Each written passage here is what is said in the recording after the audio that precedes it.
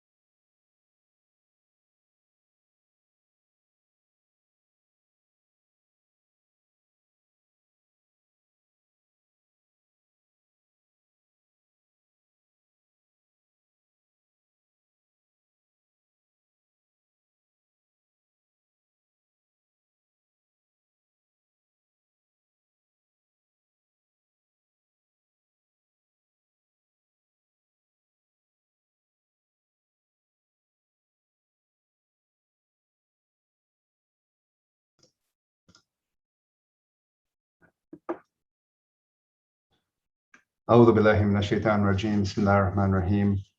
Condolences to all of you on the Shahadat of our 11th Imam, Imam Hasan al-Askari alayhi salam, and also the wafat of Bibi Masuma salamullahi alayhi. May Allah grant us the tawfiq, inshallah, to perform their ziyarat in the near future. Tonight's program, inshallah, we will start with Dua Kumail, recited by Abbas Ali Fazal, followed by Majlis, recited by Sheikh Azhar Nasser, followed by, and before Majlis, we will have Marcia, recited by Iqbal Somji, followed by Majlis, Matam by Uncle Amin Dala, and then inshallah, we will conclude with Ziyarat-e-Warisa by Fatima Fazal. So with that, Abbas Ali, if you're ready, Bismillah. A'udhu billahi minash shaitanir rajim. Bismillahir Rahmanir Rahim. Allahumma salli ala Muhammad wa ali Muhammad. اللهم إني أسألك برحمتك التي وسعت كل شيء، وبقوتك التي قهرت بها كل شيء، وخضع لها كل شيء، وذلل لها كل شيء، وبجبروتك التي غلبت بها كل شيء، وبعزتك التي لا يقوم لها شيء، وبعظمتك التي ملأت كل شيء، وبسلطانك الذي على كل شيء، وبوجهك الباقي بعد فناء كل شيء، وبأسمائك التي ملأت أركان كل شيء، وبعلمك الذي أحاط بكل شيء، وبنور وجهك الذي أضاء له كل شيء. يا نور يا قدوس، يا نور يا قدوس، يا نور يا قدوس، يا أول الأولين ويا آخر الآخرين. اللهم اغفر لي الذنوب التي تحت كل إسام، اللهم اغفر لي الذنوب التي تنزل النقام، اللهم اغفر لي الذنوب التي تغير النعم، اللهم اغفر لي الذنوب التي تحبس الدعاء، اللهم اغفر لي الذنوب التي تنزل البلاء، اللهم اغفر لي كل ذنب أذنبته وكل خطيئة أخطأتها. اللهم إني أتقرب إليك بذكرك، وأستشفي بك إلى نفسك، وأسألك بجودك أن تدنيني من قربك، وأن توذعني شكرك، وأن تلهمني ذكرك. اللهم إني أسألك سؤال خاضع متذلل خاشع، أن تسامحني وترحمني وتجعلني باسمك راضيا قانعا، وفي جميع الأحوال متواضعا. اللهم وأسألك سؤال من اشتدت فاقته، وأنزل بك عند الشدائد حاجته، وعظم فيما عندك رغبته. اللهم عظم سلطانك، وعلى مكانك، وخفي مكرك، وظهر أمرك، وغلب قهرك، وجرت قدرتك، ولا يمكن الفرار من حكومتك. اللهم لا أجد لذنوبي غافرا، ولا لكبائه ساترا، ولا لشيء من عملي الكبيه بالحسن مبدلا غيرك. لا إله إلا أنت، سبحانك وبحمدك. ظلمت نفسي، ظلمت نفسي، ظلمت نفسي، وتجرعت بجهلي، وسكنت إلى قديم ذكرك لي ومنك علي. اللهم مولاي كم من كبيه سترت، وكم من فاده من البلاء أكلت، وكم من إثار وقيت، وكم من مكروه دفعت، وكم من ثناء جميل لست أهلا له نشرت. اللهم عظم بلائي، وفرت بي سوء حالي، وكسرت بي أعمالي، وقطعت بي أغلالي، وحبسني عن نفعي بعد عمالي، وخدعتني الدنيا بغرورها، ونفسي بجنايتها. ومثالي يا سيدي، فأسألك بعزتك أن لا يحجب عنك دعائي سوء عملي وفعالي، ولا تفضحني بخفي ما اطلعت عليه من سري، ولا تعاجلني بالعقوبة على ما عملته في خلواتي من سوء فعلي وإساءتي، ودوام تفريطي وجهالتي، وكثرة شهواتي وغفلتي. وكن اللهم بعزتك لي في كل الأحوال رعوفا، ولي في جميع الأمور عطوفا. إلهي وربي، من لي غيرك؟ أسأله كشف ضري والنظر في أمري. إلهي ومولاي، أجريت علي حكما، اتبعت فيه هوى نفسي، ولم أحترس فيه من تديين عدوي، فغرني بما أهوى، وأسأته على ذلك القضاء، فتجاوزت بما جرى علي من ذلك بعد حدودك، وخالفت بعد أوامرك، فلك الحمد علي في جميع ذلك، ولا حجة لي فيما جرى علي فيه قضاؤك، وألزمني حكمك وبلاؤك. وقد أتيتك يا إلهي بعد تقصيري وإسرافي على نفسي، معتذرا نادما منكسرا مستكيلا، مستغفرا منيبا مكرا مذعنا معترفا، لا أجد مفرا مما كان مني ولا مفزعا أتوجه إليه في أمري غير قبولك عذري وإدخالك إياي في سعة من رحمتك. اللهم فاقبل عذري وارحم شدة زري وفكني من شد وثاقي. يا رب ارحم ضعف بدني، يا رب ارحم ضعف بدني، يا رب ارحم ضعف بدني ورقة جلدي ودقة عظمي. يا من بدا خلقي وذكري وتربيتي وبري وتغذيتي، هب لي لابتداء كرمك وسالي في برك بي. يا إلهي وسيدي وربي، أتراك معذبي بنارك بعد توحيدك وبعد ما انطوى عليه قلبي من معرفتك ولا هجابه لساني من ذكرك واعتقده ضميري من حبك، وبعد صدق اعترافي ودعائي خاضعا لربوبيتك.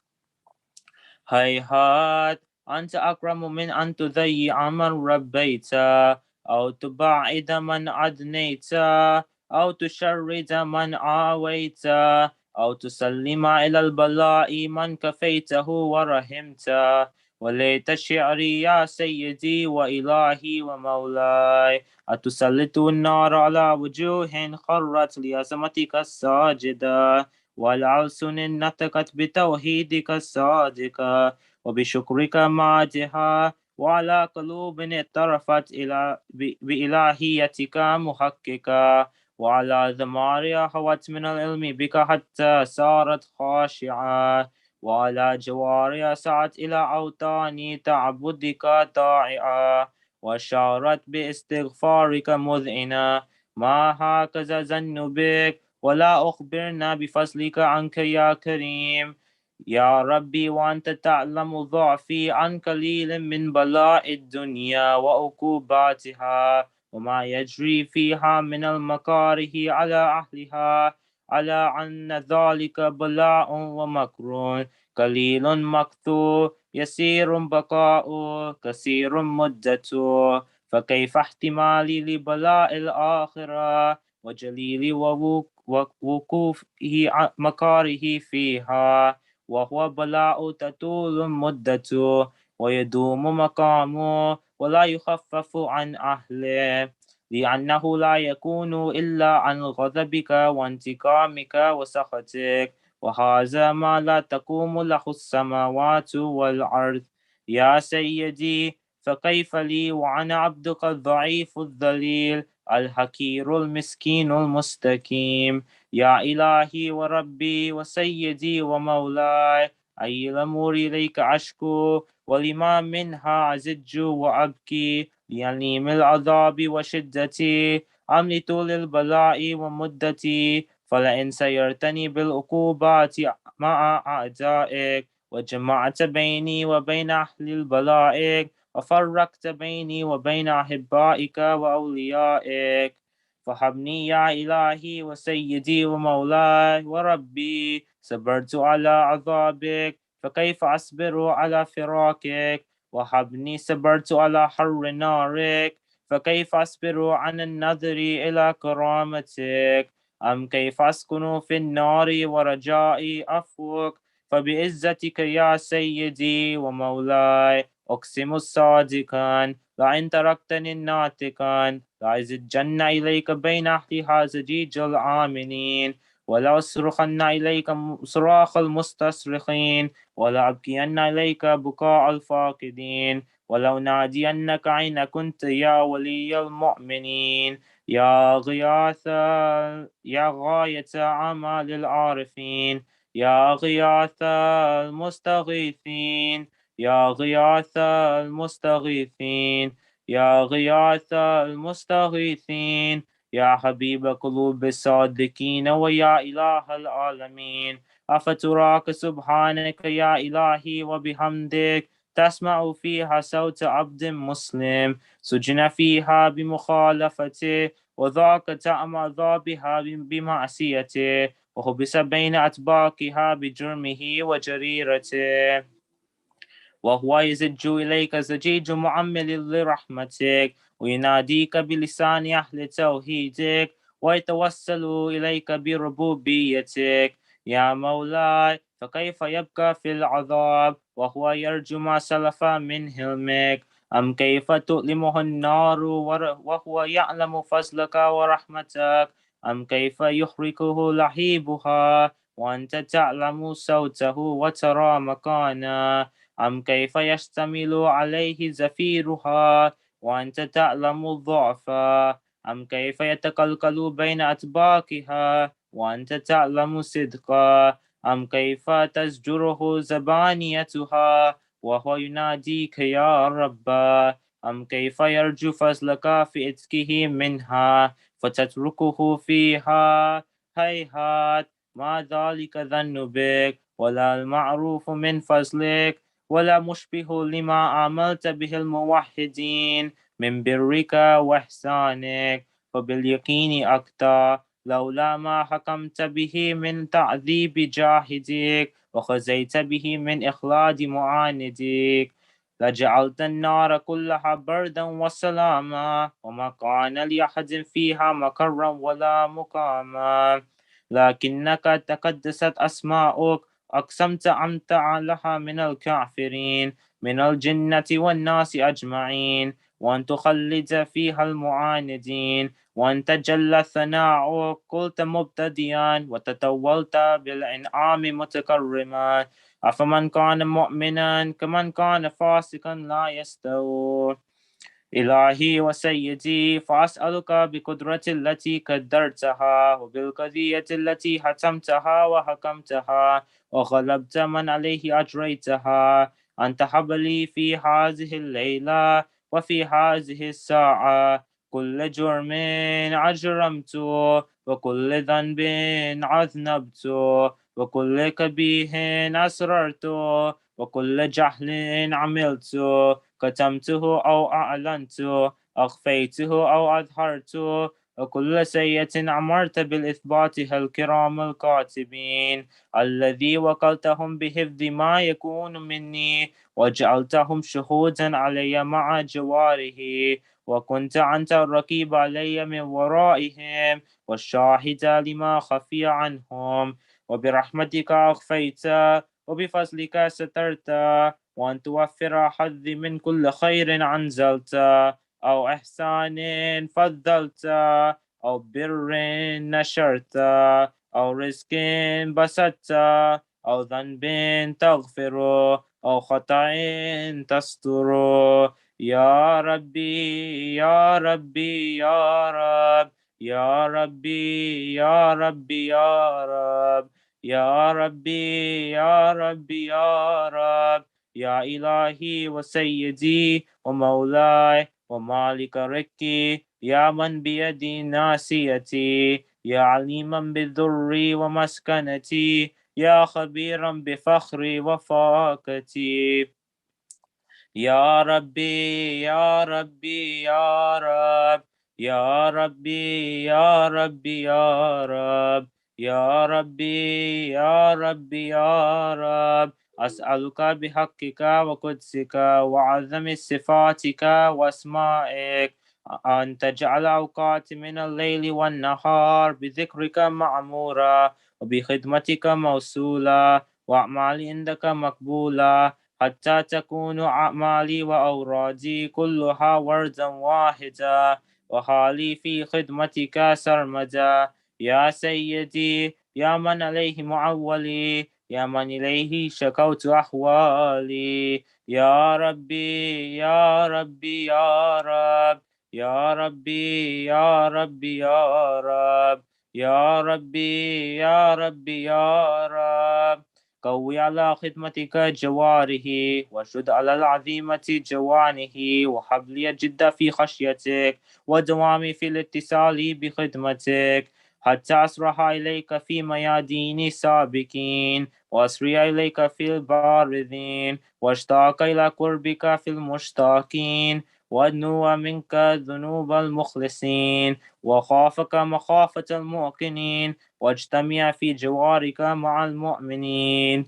اللهم ومن أرادني بسوء فأرد ومن قادني فكد وجعلني من أحسن عبيدك نسيبا عندك واقربهم منزلة منك وخصهم زلفة لديك فإنه لا ينال ذلك إلا بفضلك وجد لي بجودك وعطف علي بمجدك واحفظني برحمتك واجعلني لساني بذكرك لهجا وقلبي بحبك متيما ومن علي بحسن إجابتك وأكلني أثرتي واغفر ذلتي فإنك خزيت على عبادك من عبادتك وأمرتهم بدعائك وزمنت لهم الإجابة فإليك يا ربي نسبت وجهي وإليك يا ربي مددت يدي وبعزتك استجب لي دعائي وبلغني مناي ولا تقطع من فضلك رجائي واكفني شر الجن والإنس من أعدائي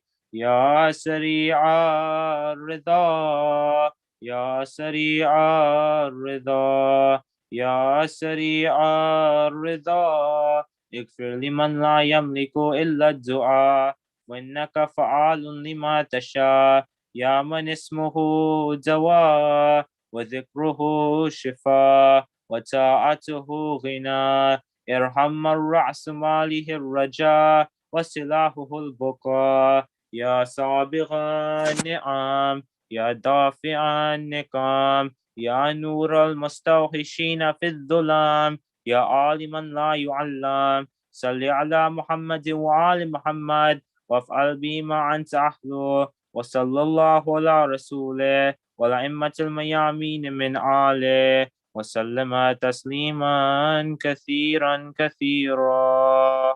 اللهم صل على محمد وآل محمد وعجل فرجهم. Hasan, thank you, Vasily. Great job, mashallah. Surah Mubarak al-Fatiha.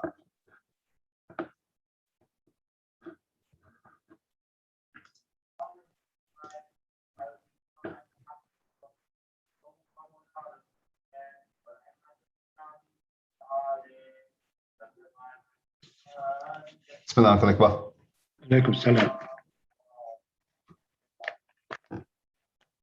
Sorry. Yeah, go ahead. And by the way, if you have Auntie Siijla or somebody else with the YouTube in the background, we hear it. So if she may want to go to another room, because the feedback is coming through when you unmuted your mic. Okay, we'll shut it off. Okay.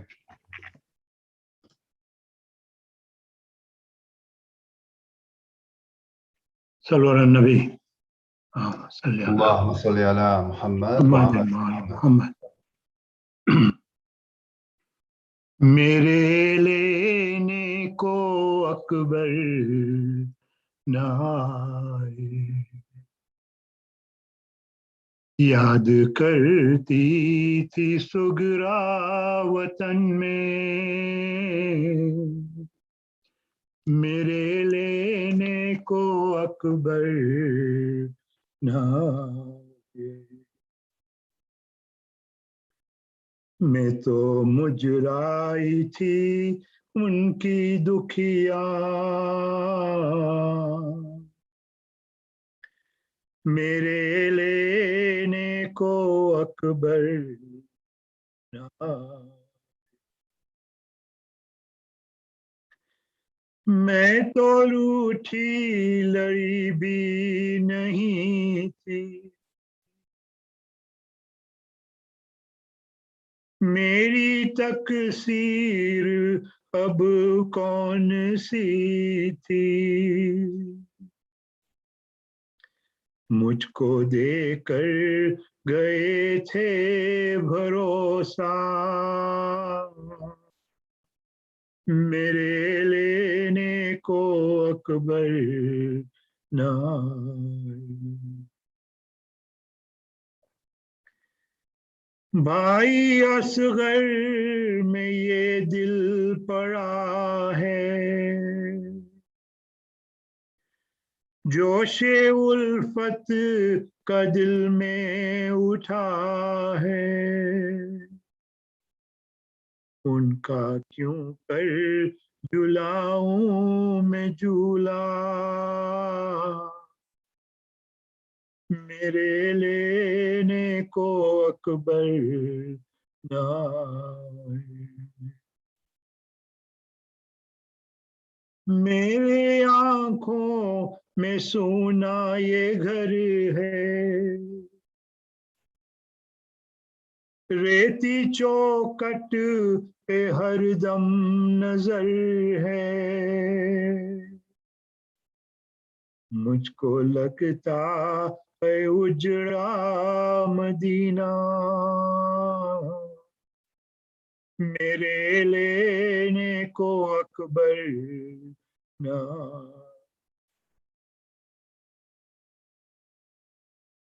بھائی قاسم ہوئے ان کے ضامن، بھائی اکبر کو بھیجوں گا ایک دن، کیسے ضامن کہ اب تک نہ بھیجا، میرے لینے کو اکبر نہ آئے۔ میں تو کھانا بھی ان کو کھلاتی، میں تو پانی بھی ان کو پلاتی، اب یہ عہدہ سکینہ کو بخشا، میرے لینے کو اکبر نہ۔ یاد کرتی اس سگرا وطن میں، میرے لینے کو اکبر نہ۔ صلو علی النبی۔ اللهم صل على محمد وآل محمد. Hasan, thank you, Uncle God.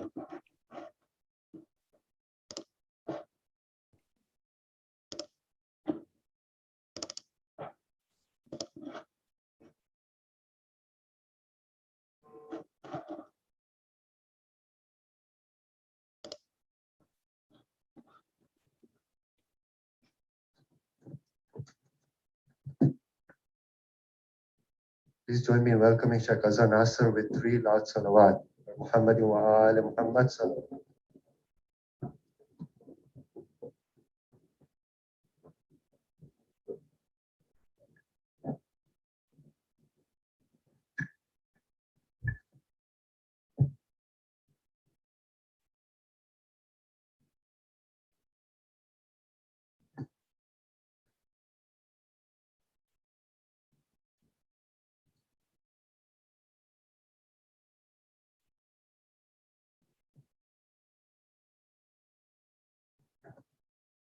صلوا على محمد وآل محمد.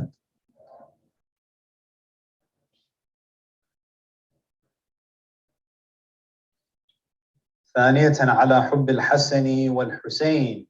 اللهم صل.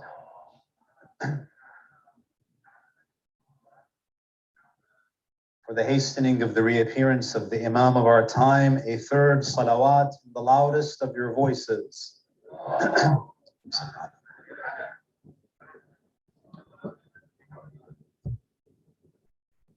أعوذ بالله من الشيطان اللعين الرجيم.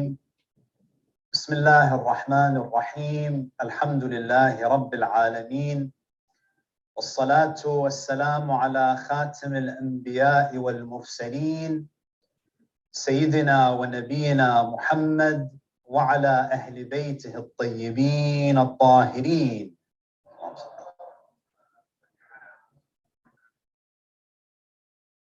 صلى الله عليه وعلى آله الطيبين الطاهرين. صلى الله عليك يا رسول الله، صلى الله عليك يا سيدي ويا مولاي يا أبا عبد الله.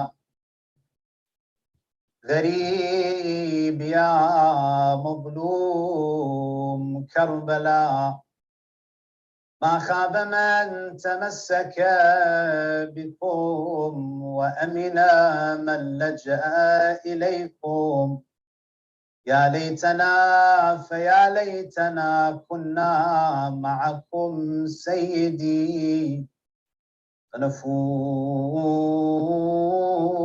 والله فوزا عظيما.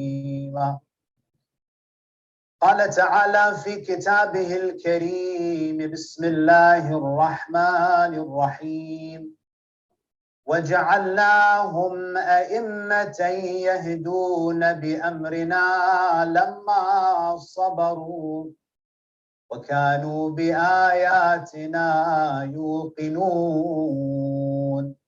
صدق الله العلي العظيم. عطروا أفواهكم وزينوا مجالسكم بذكر الصلاة على محمد وآل محمد.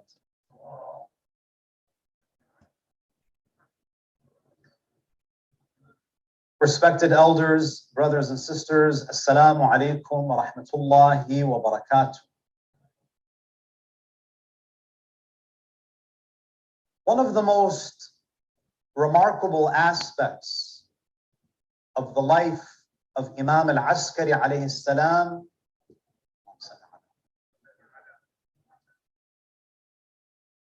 was his ability to remain in contact with the Shia community despite the fact that he was under house arrest. When you look at the Shia community during the era of Imam al-Askari, you have to realize that there were hundreds upon hundreds of thousands of Shias spread all throughout the Islamic Empire. There were Shias in North Africa. There were Shias in Iraq, in Syria, all the way to the Far East. There were Shias spread far and wide. And Imam al-Askari alayhi salam, and of course, this was not the case with the previous Imams. We know that after the martyrdom of Imam al-Hussein alayhi salam, there were only a handful of Shias that remained after Karbala. From a theological perspective, there were only a handful of devout Shias after the Shahadat of Imam al-Hussein. Imam Zainul Abidin alayhi salam had to build the community from the ground up. He had to start from zero. He trained a number of his students who then became scholars. And his students studied under Imam al-Baqir alayhi salam. And during the period of Imam al-Sadiq, you have thousands upon thousands flocking to Medina to listen to the lessons of Imam al-Sadiq. During the period of Imam al-Sadiq, there is an explosion of Shi'ism. People begin joining the school of Ahlul Bayt in droves. And this is why during the time of Imam al-Sadiq, there was a need to establish a system of wikala, a system of representatives, where certain individuals are appointed by the Imams, and those individuals are the points of contact for the people. This was not necessary during the life of Imam al-Sajjad because there were only a handful.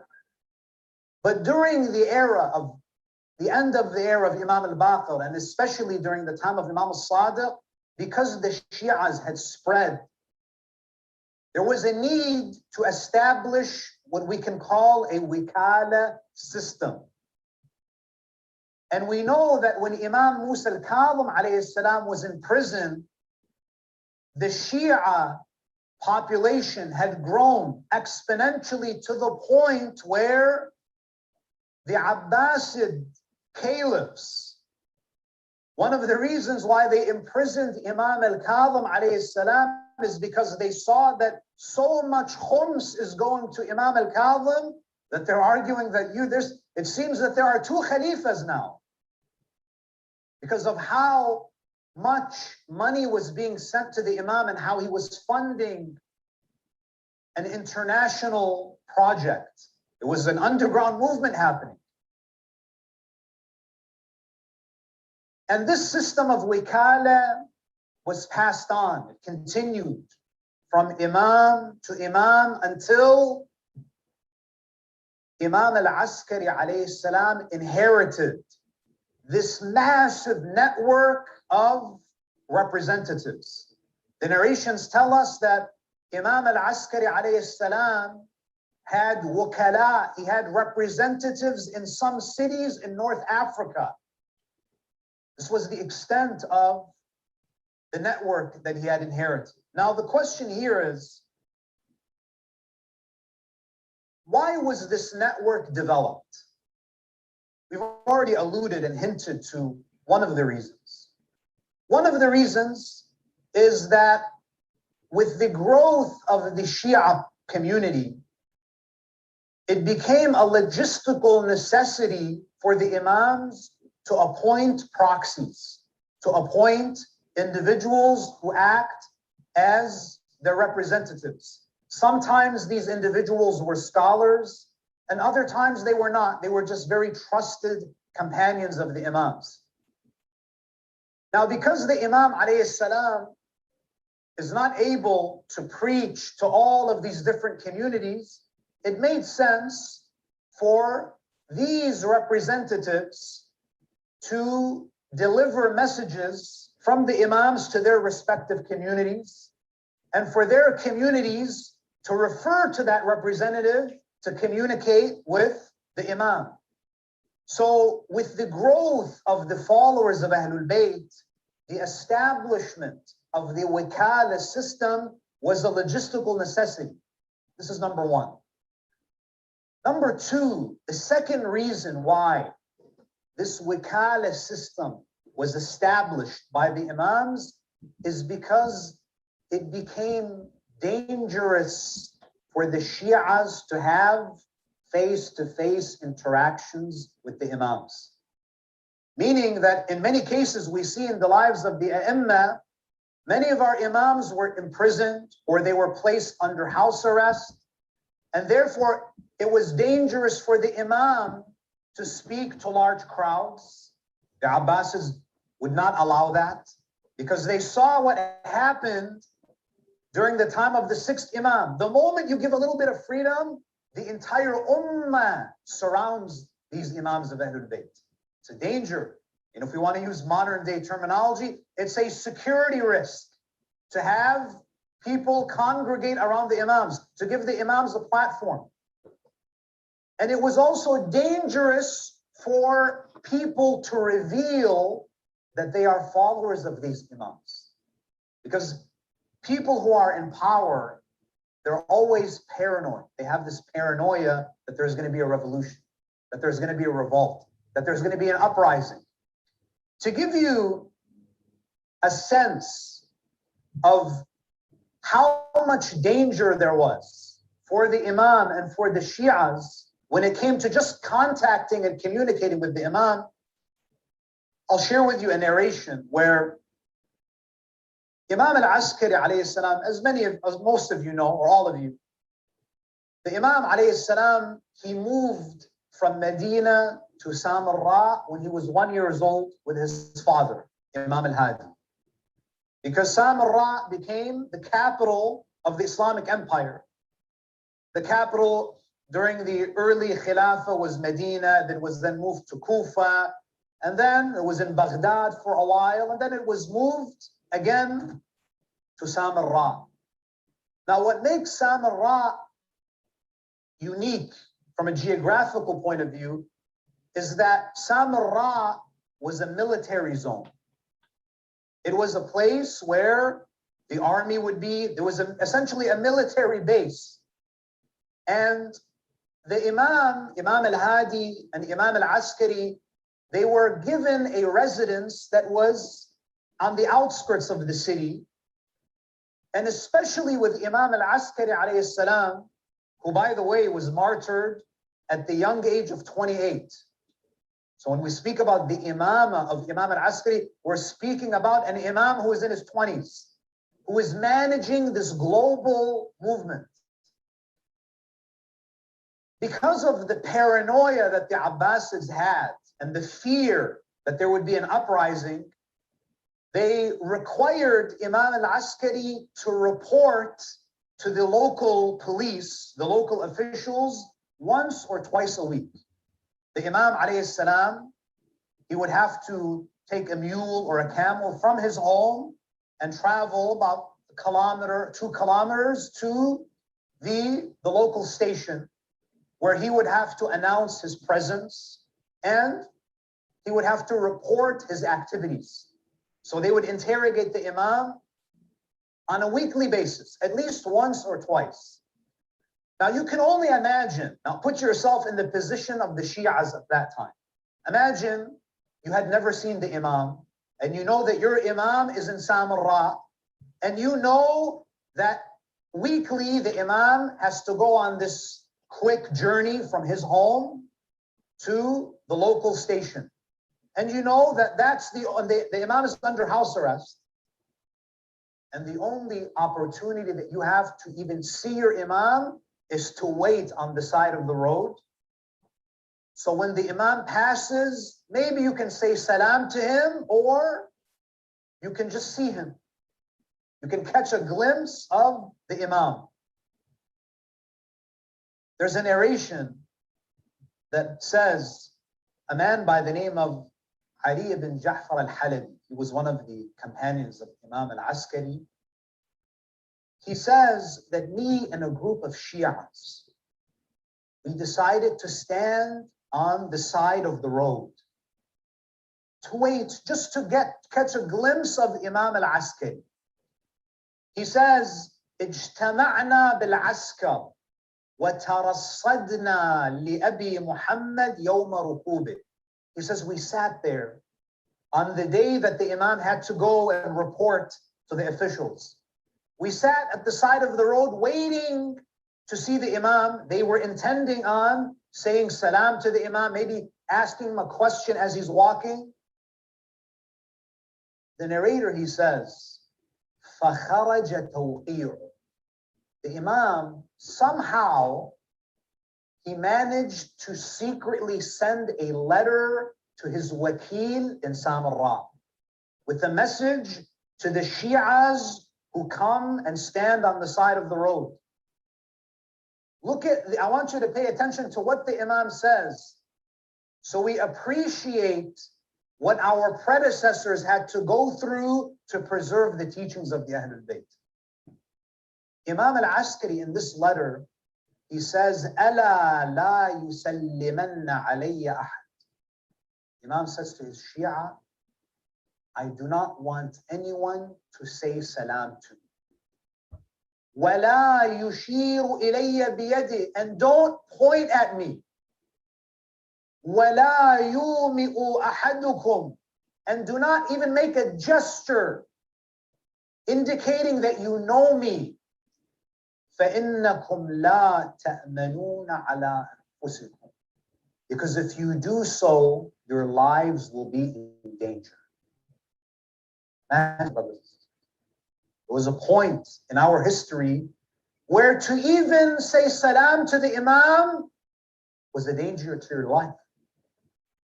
To even point or acknowledge Imam al-Askari, that would be a death warrant. So the Imam alayhi salam, out of his love and mercy and his care for his followers, he would say to them that pretend that you don't know me. Pretend that you know nothing about me. So the reason why this system of wikala was established by the Imams is, number one, it became a logistical necessity because of the exponential growth of the Shia community. There were Shias all around the Islamic empire, from North Africa to the eastern parts of modern day Afghanistan. The second was it was an issue of security. It was not safe for people to interact with the Imam. So the Imam would secretly communicate to his wukala, to his representatives. The third reason why the Imams of Ahlul Bayt established the system of wikala is because the Imams wanted to prepare the Shia community for the ghaiba of the 12th Imam. They wanted it to be a smooth transition because it would be a psychological shock for the Shias to suddenly lose contact with the Imams of Ahlul Bayt. The Imams are training the Shias to refer to their representatives, to refer to the scholars who they've appointed as their agents and their representatives. So in this way, we have a great debt of gratitude that we owe Imam al-Askari, because if it wasn't for his efforts in getting the Shias accustomed to communicating with him through wukala, the Shias would have been in a state of shock if there was an abrupt end to their access to the Imams of Ahlul Bayt. Now, what were the responsibilities of these wukala, these representatives? Number one, these wakils, they would collect letters and deliver letters to the Imam. So for example, imagine you have a wakil who is in Egypt. He's a representative of Imam al-Askari. There is a Shia community there, and this person is a representative of the Imam. People would write this wakil letters that he would have to deliver to the Imam. People would ask fiqh questions, tafsir questions. Maybe there was a problem in the community and it would be brought to the attention of the Imam, and the Imam would send a response through those channels, through those networks. So the collection and distribution of letters, and this is why when you look at the ahadith of Imam al-Askari, many of them say كتب الإمام العسكري. It's not that the Imam said, the Imam wrote, because the Imam did not have the ability to speak publicly. So this is number one, the collection and the distribution of letters containing questions. Sometimes the Imam would send instructions to his wukala. And number two, many of the wukala, the representatives, they had the responsibility of collecting and distributing khums. Now, you can only imagine how difficult this must have been for the people to deliver money from North Africa, from the eastern parts of Afghanistan to the Imam. It's an amazing network that was established. And there was also this fear, and this shows you how meticulous the Shias were. There was a fear from some of the wukala that what if the Abbasids forge letters and they claim that this is a letter from the Imam? You can only imagine how much chaos this could cause if we receive a letter and we don't know if this is from Imam or it's from someone pretending to be Imam al-Askari.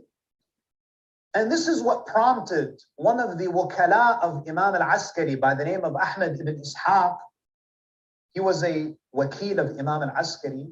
He manages to come to Samarra. The Imam had very limited contact with the outside world. Ahmad ibn Ishaq meets the Imam. And the narration says, and this is mentioned in Usul al-Kafi. He says, Ahmad ibn Ishaq says, دخلت على أبي Muhammad. I entered into the presence of Imam al-Askari. فسألته أن يكتب لأنظر إلى خطه فأعرفه إذا ورد. I asked the Imam, "Oh Imam, write something for me on a piece of paper so that I can know your handwriting. So if we receive a letter, we have something to compare it to. So no one forges a letter claiming that it was from you." So the Imam alayhi salam, he says, "Yes, I'll write something for you so you can have a record of what my handwriting looks like." And then look at what the Imam says. Look at how much care and how much detail went into these conversations. Imam al-Askari says to him, Ya Ahmed, إن الخط سيختلف عليك من بين القلم الغليظ إلى القلم الدقيق فلا تشكن. Imam, he says to him that, oh Ahmed bin Ishaq, sometimes the pen that I have is a thick pen, and the writing may be thick, the strokes might be thick on some of my letters, and sometimes I have a very thin writing utensil, and the strokes are very thin. Don't let that confuse you. Imam says to him, look at the style of the handwriting and ignore the width of the stroke. Imagine, this is what the Imam alayhi salam is telling Ahmed ibn Ishaq. And at the end of the riwayah, Ahmed ibn Ishaq, he says to the Imam that, Ibn Rasulullah, can I ask you a question? There's something that's been on my mind for a long time, and I wanted to ask your father, but I didn't get the chance to. His father, Imam al-Hadi. So the Imam says, what is it? He says to the Imam, Ibn Rasulullah, I heard that your forefathers, your holy fathers, the Imams, they say that sleeping on your back is the sleep of prophets. And sleeping on your right side is the sleep of mu'mineen. And sleeping on your belly is the sleep of shayateen. And in this riwayah, it says, it doesn't recommend sleeping on your left side. He says to the Imam that, Ya Ibn Rasulullah, for the life of me, I cannot sleep on my right side. It was a very simple issue. So he says to the Imam that I can't sleep on my back or my right side. And this is something that's mustahab that I want to do. I want to sleep on my right side. I don't want to sleep on my belly or my left side. The narration says, and this is not a narration from an obscure source, this is in Al-Kafi. He says, Imam al-Askari alayhi salam touched my body. He touched my body, he rubbed the right side and the left side of my body. And at the end of the riwayah he says, after the Imam touched my body and made dua for me, I could not sleep on any side except my right side. You see, brothers and sisters, the Imams of Ahlul Bayt, this is the type of care they used to give to their followers. Now, one of the representatives of Imam al-Askari was actually the first Na'ib of the 12th Imam, Uthman ibn Sa'id al-Amri. He was the deputy of the first Imam, and this man was also a wakil of Imam al-Askari. And Uthman ibn Sa'id al-Amri, this man was so loved by the Ahlul Bayt that he was raised in the house of Imam al-Jawad after the age of 11. So he was a wakil of Imam al-Hadi, Imam al-Askari, and then he becomes a na'ib of the 12th Imam. When he was a representative of Imam al-Askari, he was in Baghdad. Imam is in Samarra. As the wakil, people naturally are going to give him letters, they're going to give him huquq shar'iyya, they're going to give him khums and zakat.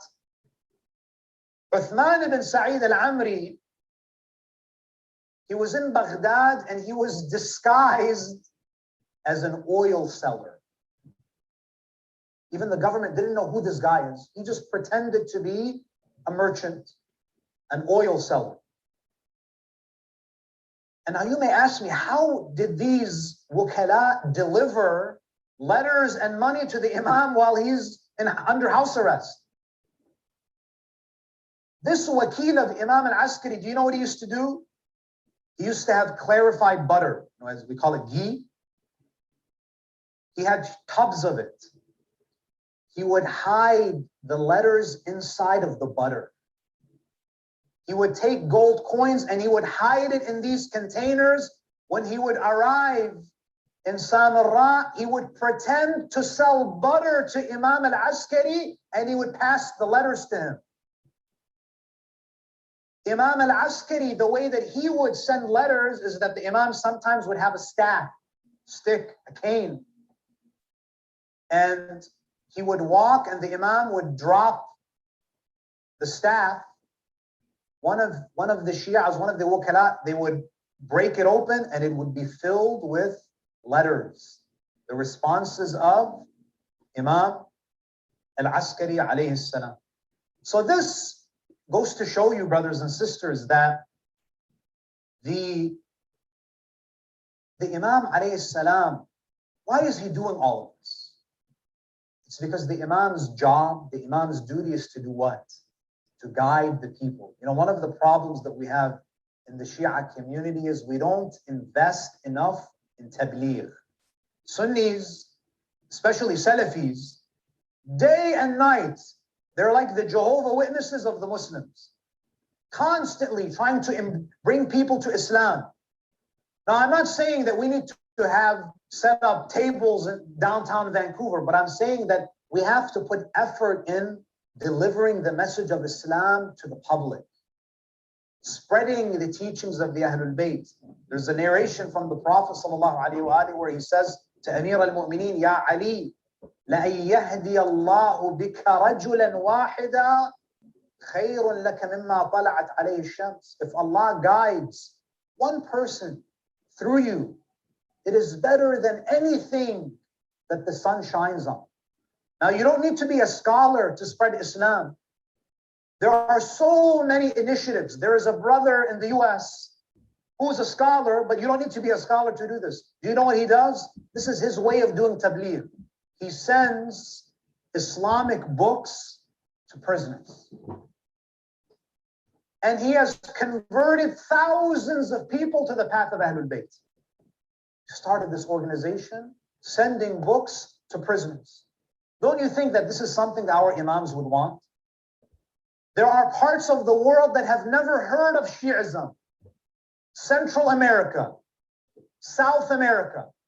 Imagine if we had some people go to these places and open up an institute where we distribute free literature.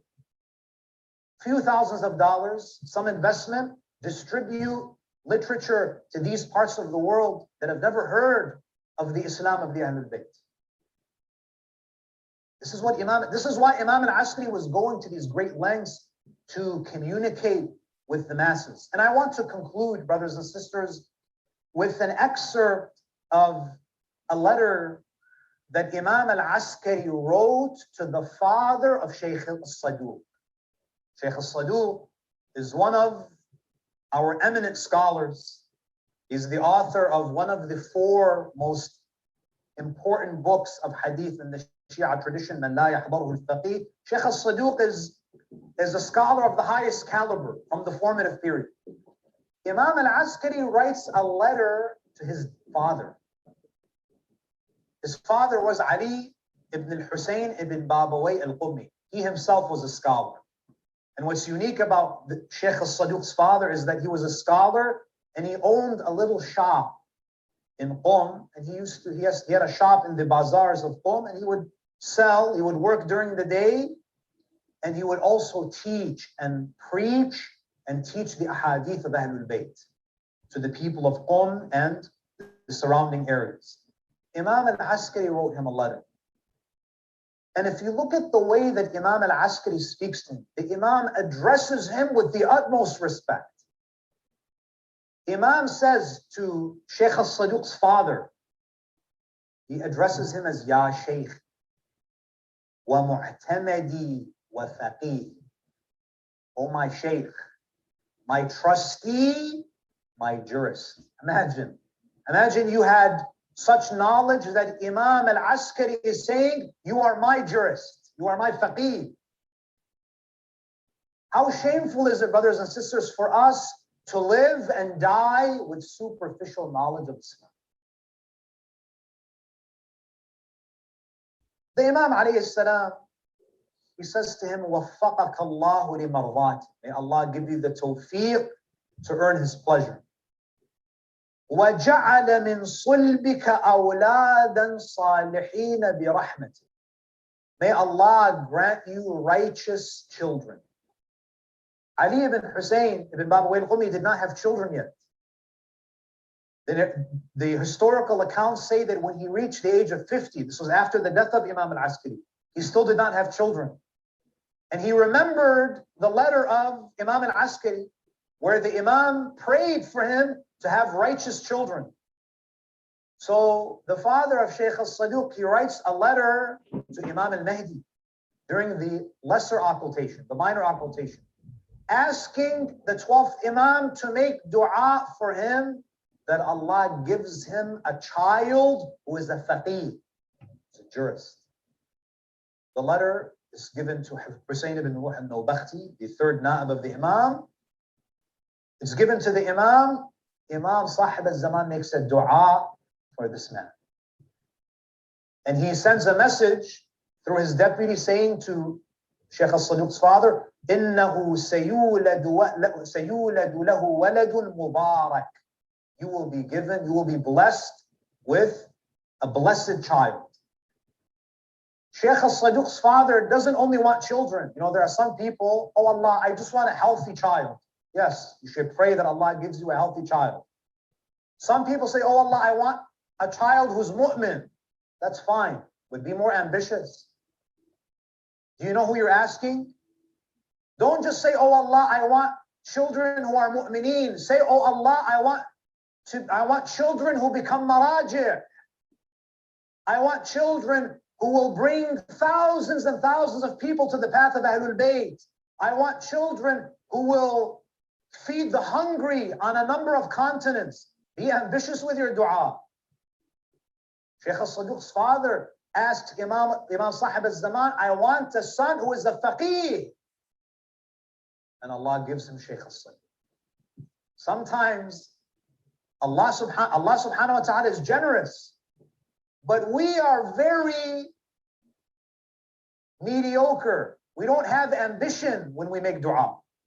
When you speak to the generous one, you have to be ambitious. The letter continues, and I only have a few minutes left.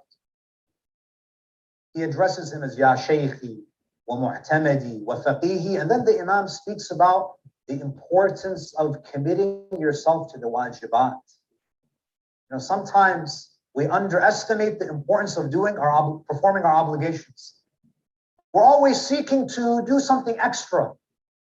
We think that if I want to be spiritual, I have to go to Qom or Najaf and I have to meet with these scholars and they're going to write a special dua on a piece of paper and they're going to give me a ring. And Imam says, you want spirituality? Commit yourself to the wajibat, avoid the muharramat. Some of us, I'll give you a simple example. Salatul Fajr. Salatul Fajr, we take it very lightly. Some of us, we've given up on Salatul Fajr. We don't even attempt to wake up. Some of us miss it intentionally. We wake up in the morning, we miss Salatul Fajr, it's as if nothing happened. Imagine you missed a flight. Imagine you had an important flight and you wake up late and you missed it. You're going to be upset. You're going to be frustrated because you missed a flight. When you miss Salatul Fajr, you miss the ultimate flight. You miss the mi'raj of the mu'min. You miss the mi'raj in the morning. Some of us, we miss Salatul Fajr day in and day out, and we think, okay, I just have to make up the qada. No, you have to ask Allah for forgiveness. Some of us, we don't even have that regret because we've become so accustomed. It's as if Salatul Fajr is mustahab. If I'm awake, I pray it. If not, it's okay. Salatul Fajr. So right now, everybody has their phones. Salatul Fajr is what, 6:08 a.m.? So everybody now, take out your phone. Take it out, take it out. Everybody take it out. Your phone, put the alarm 6 o'clock because you're going to hit the snooze button 3-4 times. By the time you get up, 6:08 a.m. Salatul Fajr. Commit yourself to it. And then Imam al-Askari, these are not my, Imam al-Askari, what does he say? وَعَلَيْكَ بِصَلَاةِ اللَّيْلِ. He tells Shaykh al-Saduq's father, commit yourself to Salatul Layl. The daily prayers, we assume that you do this. These are the basics. Commit yourself to Salatul Layl. And then Imam, he says, فإن النبي أوصى عليا فقال يا علي أوصيك بصلاة الليل أوصيك بصلاة الليل أوصيك بصلاة الليل. This is the advice that Rasulullah gave to Ali. Imagine, even someone like Ali cannot afford to miss Salatul Layl. The man who during the day, when he strikes, the Prophet says, ضربة علي يوم الخندق أفضل من عبادة الثقلين. The strike of Ali on the day of Khaybar is better than the worship of all human beings and all jinn. The same Ali, the Prophet says, don't miss Salatul Layl. Imagine, what is this Salat? If you want to develop your spirituality and you don't pray Salatul Layl, you're kidding yourself. You're just playing games. Salatul Layl is a must. If you truly want to taste the sweetness of Iman, and I address myself before all of you, if you cannot do Salatul Layl, Sayyid al-Sistani says you can do it immediately after Salatul Isha. If you don't want to do 11 rak'ah, just do shafa' and what? If you don't want to do, just do what? One rak'ah, that's it. Do something, do some tahajjud. And then Imam al-Askari, what does he say? This line makes the hairs on my neck stand. Imam al-Askari says, وَمَنِ اسْتَخَفَّ بِصَلَاةِ اللَّيْلِ فَلَيْسَ مِنَّا. Whoever takes Salatul Layl lightly is not from us. Yes, you're a lover of Ahlul Bayt, fine. But if you want to be from us, Salmanu minna Ahlul Bayt. If you want to be among those people, Salatul Layl is nice. It's only a few minutes. Anyway, when you're in bed, you look through Twitter, Instagram, TikTok. A few minutes, just stand and pray for a few minutes. If you commit to it, you'll see a big difference in your spirituality. And then the Imam says, فَعْمَلْ بِوَصِيَّتِي. Imam says, practice the instructions that I'm giving you in this letter. وَأْمُرْ شِيعَتِي حَتَّى يَعْمَلُونَ عَلَيْهِ. And also give this, tell my Shi'as to follow these instructions. And then the Imam says to him at the end of the letter, and be patient. It's not easy to be a follower of Ahlul Bayt. There's a narration from the 12th Imam. He says, if it wasn't for my dua for your safety, the enemies would have wiped you out. And it's true, wallah. If you look at the situations of the Shi'as around the world, it's a miracle that we have not been eliminated.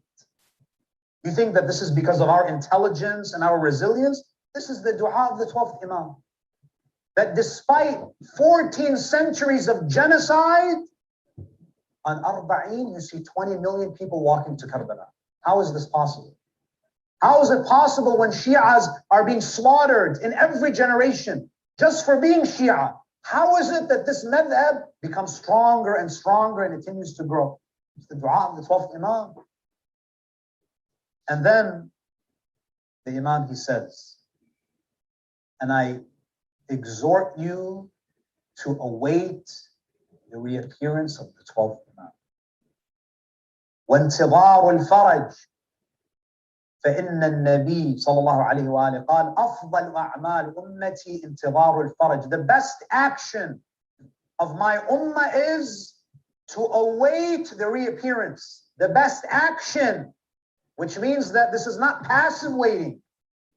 You and I, we need to create the conditions for the Imam alayhi salam to reappear. And we all have to do that within our own capacity. If the Imam is going to establish justice on a global scale, at least establish justice in your home. If you are oppressing your wife and children, are you creating the conditions for the Imam to reappear? So establish justice in the spheres of your influence. And through that, Allah subhanahu wa ta'ala will pave the way for the dhuhur of the Imam. Imam al-Askari alayhi salam was martyred on the morning of the 9th of Rabi'ul Awwal. And the narrations say that when he was administered the poison, The poison was coursing through his body for 8 days. No, brothers and sisters, this poison that is given to the Imams of Ahlul Bayt, it's not your ordinary poison. We're talking about the type of poison that was given to Imam al-Mujtaba, where when Muawiyah requested it from Rome, it was delivered in a stone container. And he asked, why is this in a stone container? They told him, because it will melt metal. The poison was given to Imam al-Askari, and you can only imagine the agony that he felt, the pain that he experienced. This was poison that was causing massive internal bleeding. It was causing the Imam's organs to slowly deteriorate, to the point that doctors were prescribing some medicine for Imam al-Askari in the form of a drink, and the narrations say that his hands would shake, and he did not even have the energy to bring it close to his mouth. When he was in his final moments, Imam al-Askari alayhi salam, the narrations say that he told one of his servants that bring the master of this household. Imam al-Hujjah was 5 years old. He was in one of the other rooms. The servant said, I went and I saw him in sujood with his index finger pointing to the heavens. I told him that your father is calling you. He entered the room. He asked for water. Imam al-Hujjah, he gives water to his father. Imam al-Askari gives his wasiyah, and they embrace each other until Imam al-Askari alayhi salam, until his soul departs his body. But I say to Imam al-Askari alayhi salam on a night like this, that Ya ibn Rasulullah, yes, you were poisoned like your forefathers, but at least your son was with you in your final moments. Ya Aba Muhammad, when you were in your final moments, your son Imam Sahib al-Zaman gave you a cup of water so that you do not die thirsty. Ya ibn Rasulullah, what about your grandfather Imam al-Hussein? La yawm ka yawmika ya Aba Abdullah. Your grandfather Imam al-Hussein alayhi salam, on the day of Ashura, he did not have a son beside him to console him in his final moments. On the contrary, Imam al-Hussein had to farewell his son. When Ali al-Akbar came to Imam al-Hussein alayhi salam, the narrations say, فَنَظَرَ إِلَيْهِ نَظْرَ آيِسٍ. He looked at the face of Ali al-Akbar with eyes that had lost all hope. He puts the armor on his son as Ali al-Akbar enters the battlefield. Imam al-Hussein, he looks up at the heavens and he says, Allahumma ashhad ala ha'ula'i al-qawm. فقد برز إليهم غلام أشبه الناس خلقا وخلقا ومنطقا برسولك محمد. Ya Allah, be a witness over these people that I am sending a young man to the battlefield who resembles the Prophet in his appearance, in his mannerism, and in his speech. And the narrations say, as you know, brothers and sisters, when Ali al-Akbar was struck, Imam al-Hussein alayhi salam, he rushes to his beloved son. What does he say? Usually a father, when he's on his deathbed, his son is with him to comfort him. But here Imam al-Hussein runs to the body of Ali al-Akbar. He cradles him in his arms and he places his cheek on the cheek of Ali. And he cries out, "Ala dunya ya ba'daka al-afaya." This world, this life has no value after you. La hawla wa la quwwata illa billahi al-ali al-azim. Wa sayalamu alladhina zalamu ayya munqalabin yanqalibun wal aqibatu lil muttaqin. We ask Allah Azza wa Jal to illuminate our hearts with the light of Muhammad wa ali Muhammad. We ask Allah to forgive us all of our sins, to not let us depart this majlis unless He forgives us for all of our sins and all of our shortcomings. We ask Allah, for the sake of Imam al-Askari, to cure all of those who are ill, to grant the hawa'ij of all of those who are in difficult times. And we ask Allah Azza wa Jal to give us the tawfiq to visit our beloved 11th Imam in the holy city of Samarra. وآخر دعوانا أن الحمد لله رب العالمين وصلى الله على محمد وآله الطاهرين.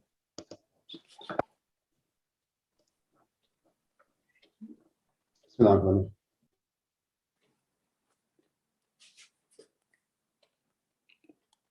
कहते थे शाहे ज़मा बाबा हसन अस्करी, कहते थे शाहे ज़मा बाबा हसन अस्करी, हाय ये क्या हो गया बाबा हसन अस्करी। कहते थे शाहे ज़मा बाबा हसन अस्करी, कहते थे शाहे ज़मा बाबा हसन अस्करी, हाय ये क्या हो गया बाबा हसन अस्करी। सूए जिना चल बसे कौन हमारा है अब, सूए जिना चल बसे कौन हमारा है अब, दिल हुआ टुकड़े मेरा बाबा हसन अस्करी। कहते थे शाहे ज़मा बाबा हसन अस्करी, कहते थे शाहे ज़मा बाबा हसन अस्करी, हाय ये क्या हो गया बाबा हसन अस्करी। गौहर नायाब थे आप है बाबा मेरे, गौहर नायाब थे आप है बाबा मेरे, रोऊं न मैं क्यों भला बाबा हसन अस्करी। कहते थे शाहे ज़मा बाबा हसन अस्करी, कहते थे शाहे ज़मा बाबा हसन अस्करी, हाय ये क्या हो गया बाबा हसन अस्करी। कौन था जालिम ये जिसने दिया जहर ये, कौन था जालिम ये जिसने दिया जहर ये, कर दिया बिन बाप का बाबा हसन अस्करी। कहते थे शाहे ज़मा बाबा हसन अस्करी, कहते थे शाहे ज़मा बाबा हसन अस्करी, हाय ये क्या हो गया बाबा हसन अस्करी। रोता हूँ बाबा खड़ा दीजो तसल्ली जरा, रोता हूँ बाबा खड़ा दीजो तसल्ली जरा, कौन रहा अब मेरा बाबा हसन अस्करी। कहते थे शाहे ज़मा बाबा हसन अस्करी, कहते थे शाहे ज़मा बाबा हसन अस्करी, हाय ये क्या हो गया बाबा हसन अस्करी। ऐ मोमिन लो फातिमा कुम्मी गई जग से भाई की अलम से, ऐ मोमिन लो फातिमा कुम्मी गई जग से भाई की अलम से, सदमा हुआ है जैसा जिते उस गई जग से भाई की अलम से, ऐ मोमिनो लो फातिमा कुम्मी गई जग से भाई की अलम से, ये दाग जरा फातिमा कुम्मी से तो पूछे इस सख्त अलम को, क्या दिल पे गुजरती है भला इस जुदाई से भाई के अलम से, ऐ मोमिनो दो फातिमा कुम्मी गई जग से भाई की अलम से, ऐ मोमिनो लो फातिमा कुम्मी गई जग से भाई की अलम से। अफसोस वो किस शौक से निकली थी वतन से मिलने को भाई से, और या तो मिला दाग जुदा किसकी जिगर पे भाई के अलम से। ऐ मोमिनो लो फातिमा कुम्मी गई जग से भाई की अलम से। ऐ मोमिनो लो फातिमा कुम्मी गई जग से भाई की अलम से। रहमल्लाहु मनाद अल-फातिहा।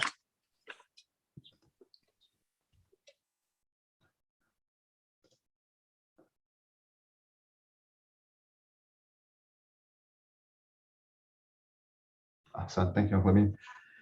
Brothers and sisters, assalamu alaikum. Just a quick reminder, inshallah, this Saturday we will have an online program only for celebrating Eid al-Zahra, inshallah. So the program will start at 8 p.m. and details will be sent out, inshallah, later this evening or first thing tomorrow on the program. With that, following that, our next program after that will be on Saturday, October 23rd, where we will have Milad al-Nabi in person and online, celebrating the wiladat of our Holy Prophet Muhammad sallallahu alaihi wasallam, and of course of Imam Jafar as-Sadiq alayhi salam. The program will start with the namaz, and the namaz time will be at 6:23, and the mosque will open at 6 p.m. inshallah. More details to come on that program. With that, let's recite the Surah Fatiha for all the marhumeens in our families and around the world. Surah Untitled Fatiha.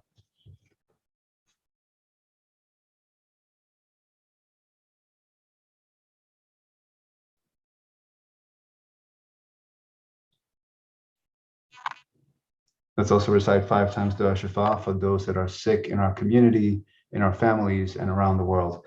Bismillah ar-Rahman ar-Rahim. Amma yujibul mustarra iza da'ahu wa yakshifu su. Amma yujibul mustarra iza da'ahu wa yakshifu su. Amma yujibul mustarra iza da'ahu wa yakshifu su. Amma yujibul mustarra iza da'ahu wa yakshifu su. Amma yujibul mustarra iza da'ahu wa yakshifu su. Allahumma salli ala Muhammad wa ali Muhammad. We'll now conclude with Zarat al-Warisa. That'll be recited by Fatima Fazil. Fatima, Bismillah.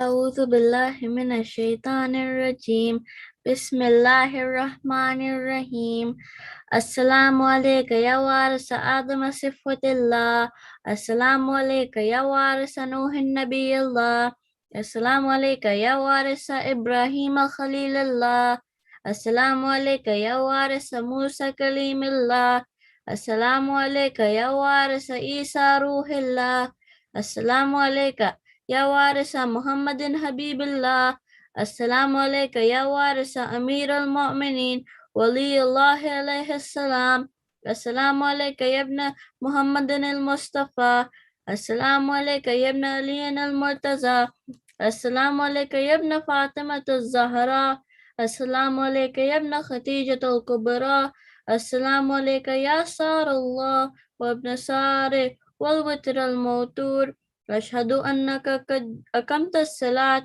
وآتيت الزكاة وأمرت بالمعروف ونهيت عن المنكر وأطعت الله ورسوله حتى أتاك اليقين فلعن الله أمة قتلت ولعن الله أمة ظلمت ولعن الله أمة سمعت بذلك فرزيت به يا مولاي يا أبا عبد الله أشهد أنك كنت نورا في الأصلاب الشامكات والأرحام المطهرات لم تنجسك الجاهلية بأنجاسها ولم تلبسك من مدلهمات ثيابها وأشهد أنك من دائم الدين والأركان المؤمنين وأشهد أنك الإمام بر التقي الرزي الزكي الهادي المهدي وأشهد أن أئمة من ولد كلمة التقوى وآلام الهدى والقوة الوثقى والحجة على أهل الدنيا وأشهد الله وملائكته وأنبياءه ورسوله أني بكم مؤمن وبيا بكم مؤمن بشرائع ديني وخواتيني أملي وقلبي لقلبكم سلم وأمري لأمركم متبع صلوات الله عليكم وعلى أرواحكم وعلى أجسادكم وعلى أجسامكم وعلى شاهدكم وعلى غائبكم وعلى ظاهركم وعلى باطنكم ذات حضرت علي أكبر عليه السلام. السلام عليك يا ابن رسول الله. السلام عليك يا ابن نبي الله. السلام عليك يا ابن أمير المؤمنين. السلام عليك يا ابن الحسين الشهيد. السلام عليك أيها الشهيد وابن الشهيد. السلام عليك أيها المظلوم وابن مظلوم. لعن الله أمة قتلت ولعن الله أمة ظلمت ولعن الله أمة سميت بذلك فرزيت به ذات شهداء كربلاء عليه السلام. السلام عليكم يا أولياء الله وأحباء. السلام عليكم يا أسفي الله ووداء. السلام عليكم يا أنصار دين الله. السلام عليكم يا أنصار رسول الله. السلام عليكم يا أنصار أمير المؤمنين. السلام عليكم يا أنصار فاطمة سيدة النساء العالمين. السلام عليكم يا أنصار أبي محمد الحسن بن علي زكي الناس. السلام عليكم يا أنصار أبي عبد الله. بي أنت وأمي طبتم وطابت الأرض التي فيها دفنتم وفزتم فوزا عظيما. فيا ليتني كنت معكم فأفوز معكم ذات حضرت عباس عليه السلام. السلام عليك يا ابن أمير المؤمنين. السلام عليك أيها العبد الصالح موطي لله ولرسوله. أشهد أنك قد جهدت ونصحت وصبرت حتى أتاك اليقين. لعن الله الظالمين. لكم من الأولين والآخرين والألحقكم بدرك الجحيم ورحمة الله وبركاته. السلام عليك يا غريب الغرباء. السلام عليك يا سلطان أبا الحسن يا علي بن موسى الرضا. السلام عليك يا فاطمة معصومة ورحمة الله وبركاته. السلام عليك يا صاحب الأسر والزمان. الأمان الأمان الأمان. السلام عليك يا خليفة الرحمن. السلام عليك يا إمام الإنس والجان. السلام عليك يا شريك القرآن. السلام عليكم ورحمة الله وبركاته. اللهم صل على محمد وعلى محمد. بسم الله الرحمن الرحيم. اللهم كل وليك الحجة ابن الحسن صلواتك عليه وعلى آبائه في هذه الساعة وفي كل ساعة وليا وحافظا وقائدا وناصرا ودليلا وعينا حتى تسكنه أرزك طوعا وتمتيه فيها طويلا برحمتك يا أرحم الراحمين. اللهم صل على محمد على محمد وجل فرجه. Great job, Fatima. Thank you. That concludes tonight's program. Wassalamu alaikum wa rahmatullah.